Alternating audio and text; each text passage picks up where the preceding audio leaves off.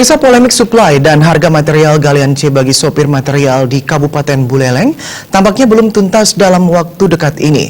Pemkab Karangasem belum merespon surat Pemkab Buleleng yang sudah 2 kali bersurat tetapi tidak kunjung mendapat jawaban.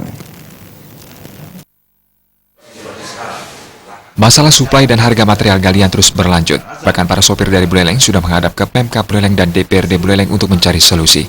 Sejak status Gunung Agung turun dari awas menjadi siaga, muncul larangan terhadap truk-truk asal Buleleng masuk ke tambang galian di wilayah Kecamatan Kubu.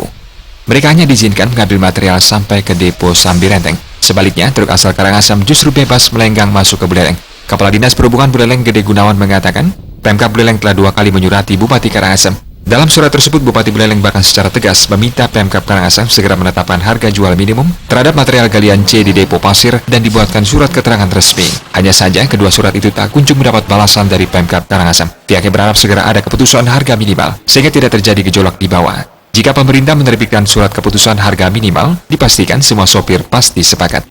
Para sopir sudah kita atensi secara administrasi dulu. Kita sudah 2 kali mengirim surat kepada Bupati Karangasem, Pak Bupati Buleleng sudah menugaskan saya untuk berkoordinasi. Ada beberapa hal yang perlu disampaikan kepada Ibu Bupati Karangasem. Kami sudah berkoordinasi dengan Kepala Perizinan Kabupaten Buleleng yang sudah langsung menelpon Kepala Perizinan di Karangasem.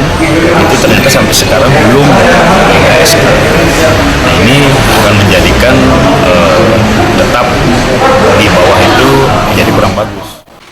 Sementara anggota Komisi 1 Dewa Putu Cakra mengungkapkan hal ini jelas sudah termasuk monopoli yang dilakukan oleh oknum-oknum yang berkepentingan. Sopir Singaraja tidak diperkenankan mengambil ke Karangasem, sedangkan sopir Karangasem dengan diam-diam mengirim langsung ke Singaraja.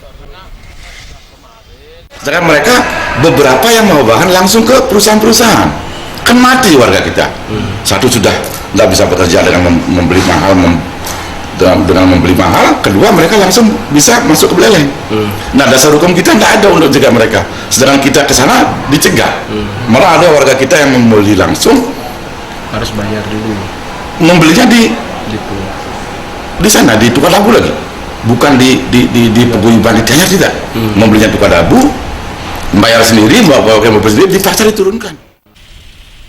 Dalam waktu dekat ini, Pemkab Buleleng bersama DPRD Buleleng akan mendatangi Pemkab Karangasem meminta kejelasan sikap Pemkab Karangasem. Selain itu, tim akan dibentuk untuk melakukan negosiasi dengan Pemkab Karangasem terkait situasi di lapangan.